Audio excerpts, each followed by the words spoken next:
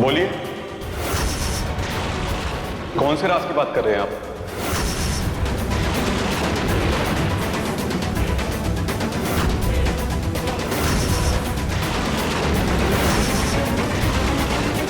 वो वीर, दरअसल वो मैं रिलैक्स रिलैक्स। आपके चेहरे का रंग तो ऐसे उड़ गया जैसे मैंने आपकी कोई चोरी पकड़ ली हो। मैं तो बस आपकी टांग खींच रहा था। वीर, तू भी ना बचपन आज तक ना गया। हाँ,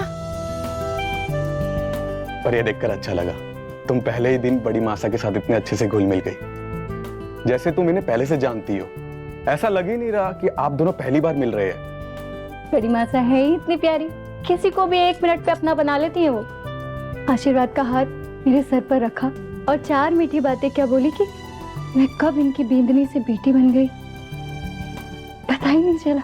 ये तो है, तुम्हारी इस बात से मैं पूरी तरह से एग्री करता हूँ दुर्गा। बड़ी मासा ना ममता की जादूगरनी है। यही ममता और यही प्यार इन्होंने मुझ पर और अवंतिका जीजा पर भी चलाया हुआ है। हम इनसे बिना पूछे कदम नहीं चलते। वैसे मैं तुम्हें बड़ी मासा का एक राज बताना चाहूंगा आज। राज? हाँ, राज। वो राज कि ये इस हवेली में कैसे आई।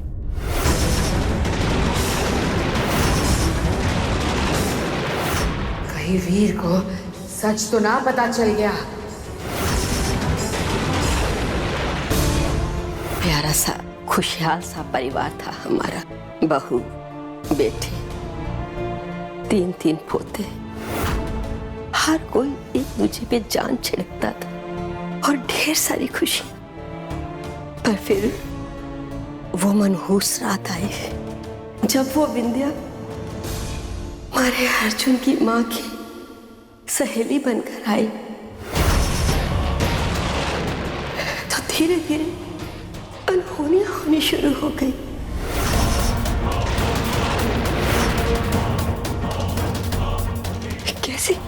कैसी अनहोनी दादी साहब? सबसे पहले अचानक बहू बेटे की कार दुर्घटना में मौत हो गई। मेरा पुत्र अर्जुन अपने अंदर की पीड़ा को पीकर इस घर परिवार को अच्छे से संभाला उसने। घर, बिजनेस की जिम्मेदारियां अपने कंधों पे उठा ली। लेकिन अचानक एक दिन पता नहीं किसी की नजर लग गई। उसने अपना मानसिक संतुलन खोना शुरू कर दिया और वो मेरा अर्जुन। दादी साहब, संभालिए अपने आप को। आप मत रोइए। मेरा हंसता खेलता अच्छा खासा अर्जुन पागल हो गया। मैंने कई बार वीर और अवंतिका को समझाने की कोशिश की कि विंध्या पर इतना भरोसा मत करो, पर विंध्या ने पता नहीं उन पर क्या काला जादू कर रखा था। वो सिर्फ उसी की सुनते थे। हमारी तो जैसे इस घर में कोई अहमियत ही ना थी। इन बुरी आंखों ने अपने आगे अपने घर परिवार को उजड़ते हुए देखा है और मैं कुछ नहीं कर पाई। कुछ साल पहले जब मैं और अवंतिका जीजा छोटे थे, एक दिन मासा के साथ बड़ी मासा ने इस हवेली में कदम रखा। ये उनकी सहेली थी। बड़ी मासा ने इस हवेली में क्या कदम रखा, मानो हवेली की खुशियों में जान वापस आ गई। हवेली हवेली नहीं रही, एक घर बन गया। यहाँ के लोगों ने जीना सीख लिया, रिश्ते निभाने सीख लिया। इन्होंने अपने प्यार और इस ममता से इतनी अच्छे से सबको संभाला कि हमें कभी किसी चीज की कमी महसूस नहीं हुई। फिर एक दिन एक हादसे में मासा और पापा सा चल बसे। फिर बड़ी मासा ने हमें दोनों के हिस्से का प्यार दिया। इन्होंने कभी हमें मासा और बाबा साहब की कमी महसूस ही नहीं होने दी। और सबसे बड़ी बात, बड़ी मासा ने हमसे बदले में कभी कुछ नहीं मांगा, इसलिए आज मैं इनसे सबसे ज्यादा प्यार करता हूँ। हमारी बड़ी मासा सिर्फ बड़ी मासा ही नहीं, हमारी दुनिया है। इनसे बढ़कर हमारे लिए कोई रिश्ता नहीं है। पर कभी कभी तो सोचता हूँ इनके इतने एहसान है, मैं इस जन्म उतार भी पाऊंगा या नहीं।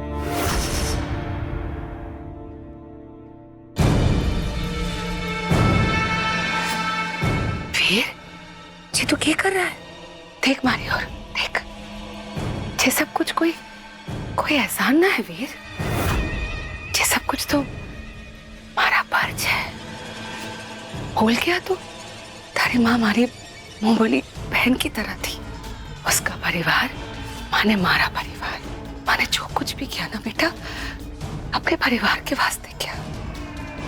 फिर से कभी ऐसा ना कहना कि ये कोई एहसान है, तुम्हारा प्यार है वीर। आप लोग बात कीजिए, मैं चलता हूँ बड़ी माँ से। बड़ी मासा,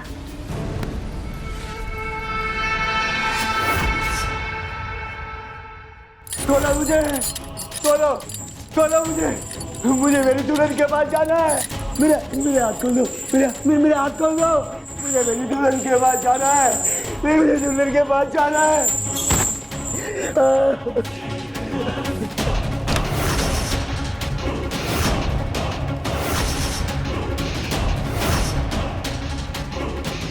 मेरे हाथ खोल दो, मेरे हाथ खोल दो, मुझे मेरी दुल्हन के पास जाना है। मेरे हाथ खोल।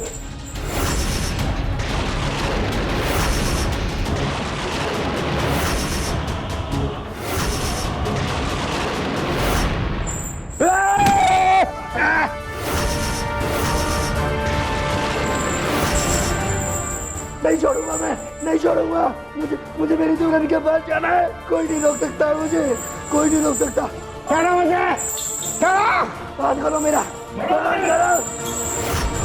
खोलो, हाथ खोलो मेरा, हाथ खोलो। मुझे मेरी दुल्हन के पास जाना है, खोलो मुझे।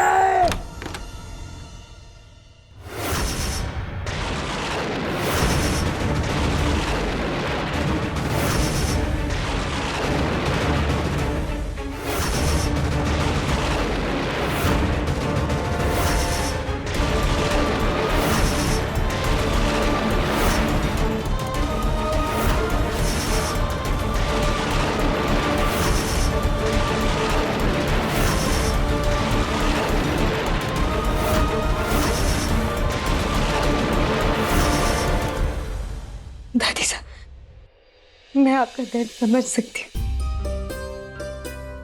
हुकुम साहब ने हमारे परिवार में भी यही सब किया था। उन्होंने हमारी माता को बहुत दुख पहुंचाया, यहाँ तक कि तो हमारी माता को भी दहेज दासी बनाने वाली वही थी। और आज उन्होंने मैंने भी इसी दलदल में धकेल दिया है। मैं थारी तकलीफ अच्छे से समझू, पर मैं इतनी मजबूर हूं कि चाहकर भी थारे लिए कुछ नहीं कर पा। पर हाँ, मेरा प्यार और मेरा आशीर्वाद हमेशा थारे साथ है। जब भी तुझे लगे ना कि मारे को किसी अपने की कमी महसूस हो रही है, तो चली आना अपनी इस दादी सा के पास। दादी सा, चलो अब से रोना धोना बंद। अब खाना खा।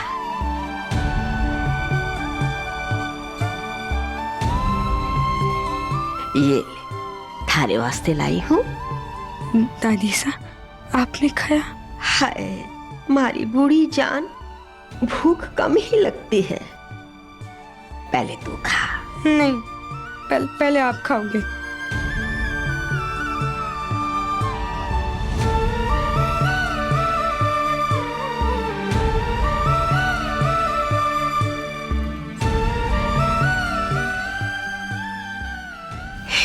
पिताजी महाराज, हो सके तो इस घर में हो रहे पापों का नाश कर खुशहाली लौटाने की वजह बना देना, क्योंकि इस छोरी के दिल में अच्छाई और आंखों में सच्चाई है माता जी, सच्चाई है।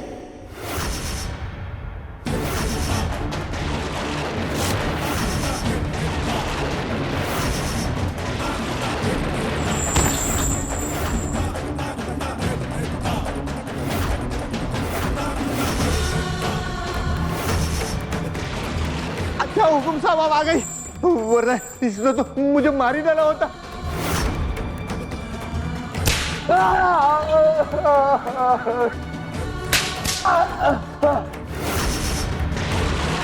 हाथ जोड़ता हूँ, जाने दो। कहा था ना, बात ना मानेगा तो जरूर सजा मिलेगी। मुझे दुल्हन के पास जाने दो, जाने दो, जाने दो, मुझे दुल्हन के पास जाने दो। कोई दुल्हन ना है तारी, और ना ही तारा कोई परिवार है, समझा? झूठ बोल रहे हो तुम, बहुत बुरी हो, बहुत बुरी हो तुम। चुप, एकदम चुप। एक और भी शब्द बोला ना तो और कड़ी सजा दूंगी थारे को। ए डॉक्टर, लेमन इंजेक्शन।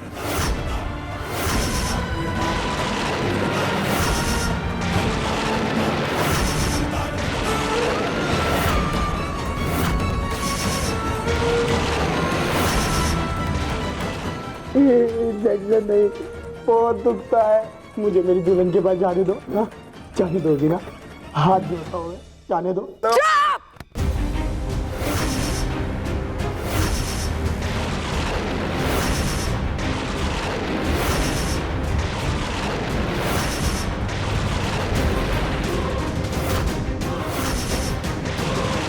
मुझे मेरी दुल्हन के पास जाना है, मुझे मेरी दुल्हन के पास जाना है।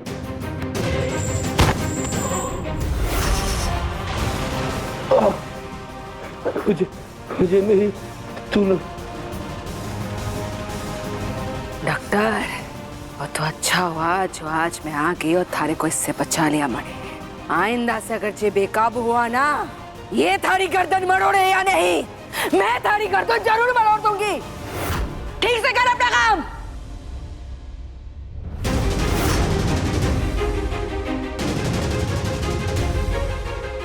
बेचारा,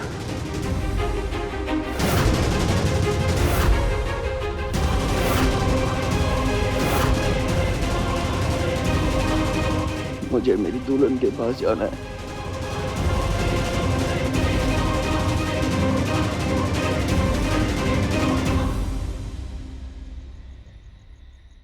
दादी साहब की बातों से तो ऐसा लग रहा था कि बड़ी मासा इस घर में किसी संजोग से नहीं आई है।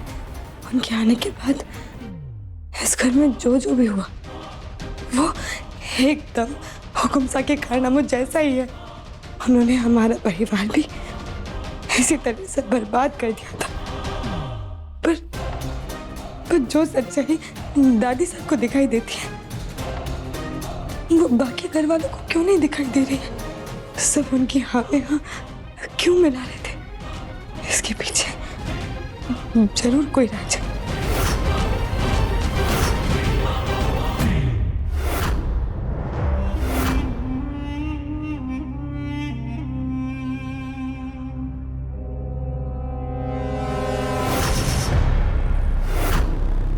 घर पर आए दहेज में सबसे पहला हक तो घर के दामाद का ही होवे, और दहेज में तो दहेज दासी क्या लाजवाब आई है, तो उस पर भी सबसे पहला हक तुम्हारा ही बनता है ना। और अपना हक जितना जल्दी हो सके ना छीन लेना चाहिए, इससे पहले कोई और हड़प ले।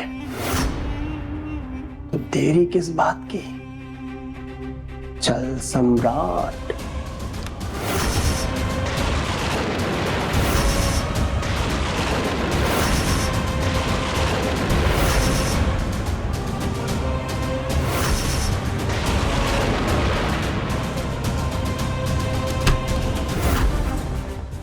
दरवाजा क्यों बंद कर दिया आपने? मैं वो हमारी बात सुन। नहीं, आप दूर रहिए मुझसे, दूर रहिए मुझसे, मैं नहीं जाना, मुझसे दूर रहिए आप। ठीक है ठीक है। खबरदार, खबरदार जो मेरे पास भी आए तो अच्छा अच्छा दूर रहो मुझसे। अच्छा, ठीक है। ले ले मैं दूर आ गया। हारे से डरने की जरूरत ना है, मैं थारी मदद करने वास्ते आया हूँ। मदद? कैसी मदद? आज्ञा आज्ञा बता रहा हूँ। नहीं, जो भी बोला वही से बोलो। अरे आगे तो आ।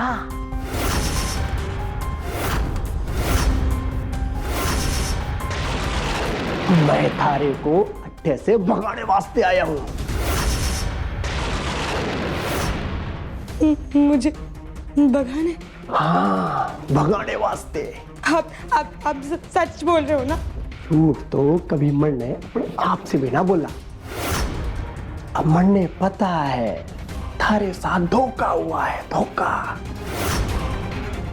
एक काम कर, जल्दी से यहाँ से निकलते हैं, इससे पहले कोई आ जाए हमें देख ले। निकलना पड़ेगा। हाँ चल चल चल चल चल।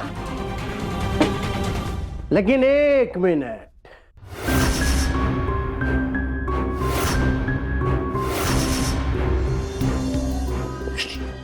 क्या हुआ? चलिए ना, नहीं तो कोई आ जाएगा। अब देख झुमकी, हर चीज के ना कीमत होवे, वो कीमत तने चुकानी पड़ेगी ना। आखिर मैं तने आजाद जो कर रहा हूँ। कीमत? हाँ मेरे पास तो पैसे ना है। अरे पैसा किसको चाहिए है?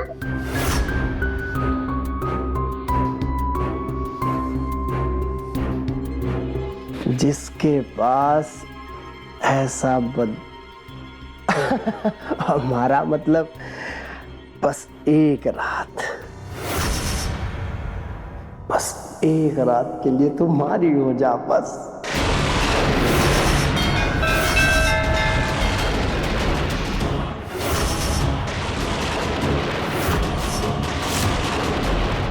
कसम मैया की, कल सुबह तू जट्टे बोलेगी ना, पट्टे छोड़ के आऊंगा।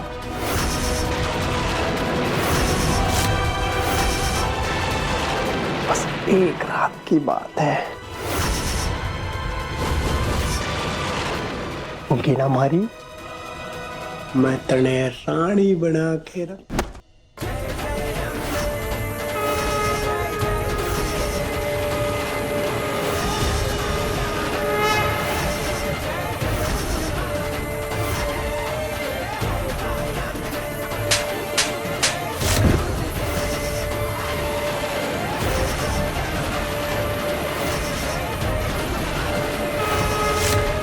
तुम्हारी हिम्मत कैसे हुई मेरे साथ इतनी नीच हरकत करने की? हमारी हिम्मत छोड़, अरे तारी हिम्मत कैसे हुई घर के इकलौते दामाद पर हाथ उठाने की? अरे मन ने सोचा कि तने प्यार से अपना बना ले, लेकिन नहीं, तू ना पैरों के नीचे रखने लायक है। तो चल यही सही। नहीं, अरे नहीं, मैंने कहा ना मुझसे दूर हो, दूर हो मुझसे, कहा ना मैंने दूर हो मुझसे, अरे फड़ने दूर हो मुझसे, मुझसे दूर हो, तुरका जीजा, जीजा, मैं चाहूँ ना ऐसे ही सुहाग रात मना लूं, लेकिन नहीं, यहाँ किसी न किसी के आने का डर है। एक काम करता हूँ, तुझे अपने विशेष कमरे में लेकर चलता हूँ।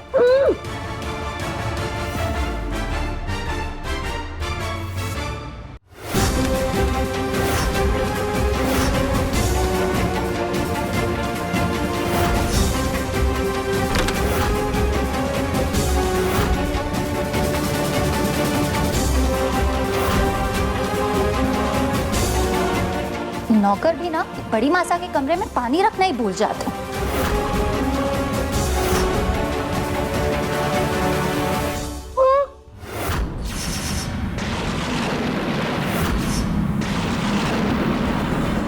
ये आवाज कैसी थी? लगता है कोई है वहां।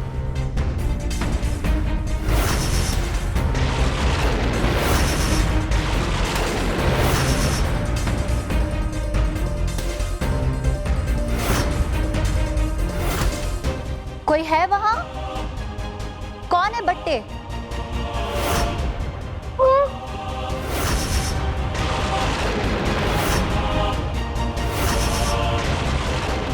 कौन है बट्टे? मैंने पूछा कौन है?